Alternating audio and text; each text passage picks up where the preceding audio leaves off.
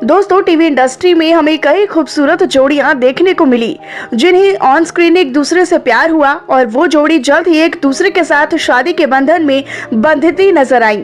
लेकिन कुछ ऐसी भी जोड़ियां रहीं जिनका प्यार सातवें आसमान पर पहुंचने के बावजूद भी मुकम्मल न हो पाया और रह गई उनकी प्रेम कहानी अधूरी। जिनमें से एक जोड़ी है दिव्यांका त्रिपाठी और शरद मल्होत्रा की, जो कि एक समय पर दर्शकों के बीच इतनी ज्यादा पॉपुलर हुआ करती थी कि दर्शक दिल से चाहते थे कि ये दोनों एक दूसरे के लिए हमेशा हमेशा के होकर रह जाएं। लेकिन शायद किस्मत को कुछ और ही मंजूर था, तभी तो 7 सालों का प्यार पल भर में ही चकनाचूर हो गया और रह गई दोनों की ये प्रेम कहानी बिल्कुल अधूरी। आज की हमारी इस वीडियो में हम आपको दिव्यांका त्रिपाठी और शरद मल्होत्रा की अधूरी प्रेम कहानी से रूबरू करवाएंगे कि आखिरकार क्यों हुआ ये कपल एक दूसरे से जुदा। तो अगर आप भी इन सभी बातों से रूबरू होना चाहते हैं तो हमारे साथ इस वीडियो के अंत तक बने रहिएगा और साथ ही इस खूबसूरत जोड़ी के लिए वीडियो को लाइक करना ना भूलें। अपने लव रिलेशनशिप को लेकर सबसे ज्यादा चर्चाओं में रही दिव्यांका त्रिपाठी और शरद मल्होत्रा की मुलाकात पहली बार साल 2003 में स्टार प्लस पर प्रसारित हुए सीरियल बनूं मैं तेरी दुल्हन के सेट पर हुई थी, जहां अभिनेता शरद मल्होत्रा सागर प्रताप की भूमिका निभाते हुए नजर आए थे, तो वहीं दिव्यांका त्रिपाठी ने विद्या सागर की भूमिका निभाई थी। शुरुआत में तो दोनों एक दूसरे से बात करना तक पसंद नहीं करते थे।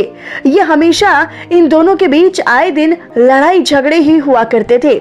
लेकिन जब शो में काम करने के दौरान दोनों के बीच कई रोमांटिक सीन्स फिल्माए गए तो दोनों की दोस्ती की शुरुआत हुई और यही दोस्ती आगे चलकर प्यार में बदल गई। बस फिर क्या, दोनों ने देर न करते हुए एक दूसरे को प्रपोज। गजब की बात तो ये है कि दर्शकों को भी इनकी जोड़ी काफी ज्यादा पसंद आ रही थी और वो भी दिल से चाहते थे कि दोनों एक दूसरे के साथ शादी के बंधन में बंध जाएं।